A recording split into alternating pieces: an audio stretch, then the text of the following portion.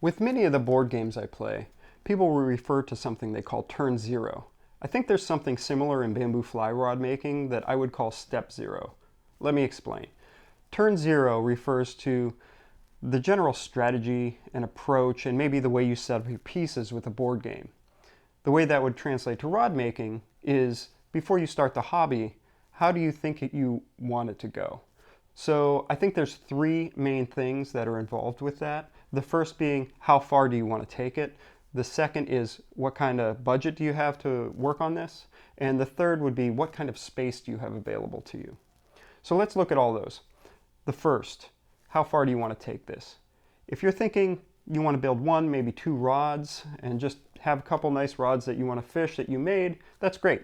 But you may not want to go whole hog and buy all the tools and make all the jigs and all the things you need to make a fly rod just to make a single rod. There's much better approaches, in my opinion, to that. If you want to do that and that makes you happy, fine. But know that there are workshops and classes that you can go and take and attend.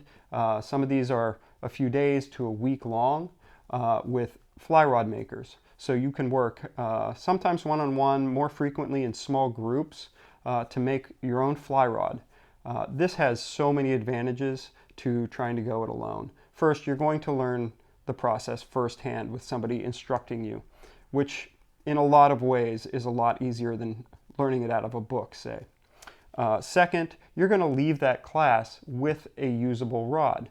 It might not be fully finished and varnished, but you're probably going to at least have a blank at the end of it that all you need to do is wrap and finish. So that's a really, really attractive way to go for a single rod or maybe a couple of rods. The other thing to consider with that is that I think it's pretty cheap compared to tooling up and getting all the things you need. You can do things a little bit cheaply. We'll talk about budget in a minute, but the value for money that you get out of that is pretty good. So the other approach, or another approach, would be to go at it with the mentality that this is what you want to do.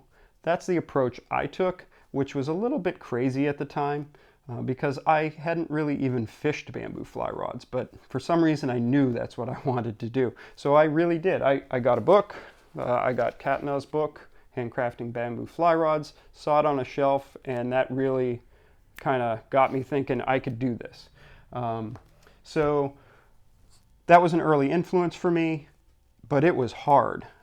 Making all the things in the book turned out to be more challenging than I expected, and it was slow going. It wasn't until I hooked up with some other fly rod makers at a gathering that I really kicked things into gear and things started to click for me about how this process went down.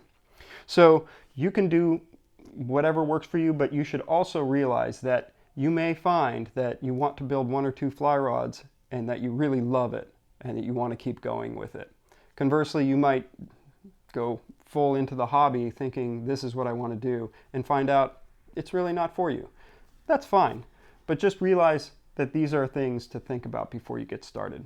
Second thing is budget. I already mentioned that a class or a workshop could be a really, really good way to find out if you like the hobby. It's also an inexpensive way.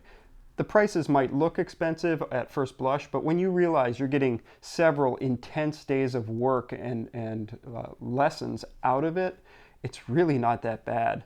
I'm pretty shocked at how inexpensive these things are, actually. So yeah, really consider that as a method. The other thing would be if you think you're going to make your first rod as an inexpensive way to get a bamboo fly rod and just do things as cheaply as possible, you might be able to do that, but I would reconsider that thought process a little bit because it turns out it's not that inexpensive to do if you're following traditional methods. You can do certain things like making your own planing forms, making your own jigs. For example, I made these roughing forms, and these are easy to make, so no brainer for me. I could have bought these, however, so it depends on what you want to do and what your budget is.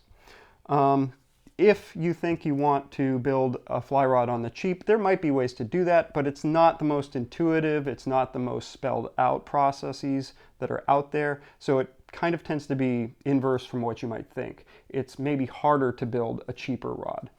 If that's something you'd be interested in, let me know in the comments below, and I could maybe look at some ways that, that you can save money building a bamboo fly rod. The third thing is space. This is big. Well, actually, this is a small space, but this is a big deal. I started out in the hobby with a really nice space to work, and it was sizable, had vaulted ceilings, I had no problem with a dip tube, things like that, and it was a great place to learn to make fly rods.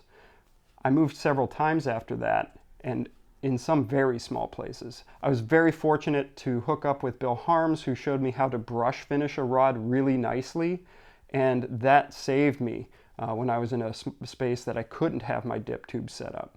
So there are ways to get around the space consideration, but you want to be thinking about that in advance because it's going to influence, for example, even the type of varnish you might use, which is not obvious to a lot of people. So those are three things to think about before you get started in this hobby. If this is useful to you, please like the video, subscribe, and when you subscribe, hit that bell icon to be notified when I post more. I'll be continuing this series of maybe what are some initial steps to take when you're going to make a bamboo fly rod, and I look forward to seeing you around the next bend. Until then, tight glue lines.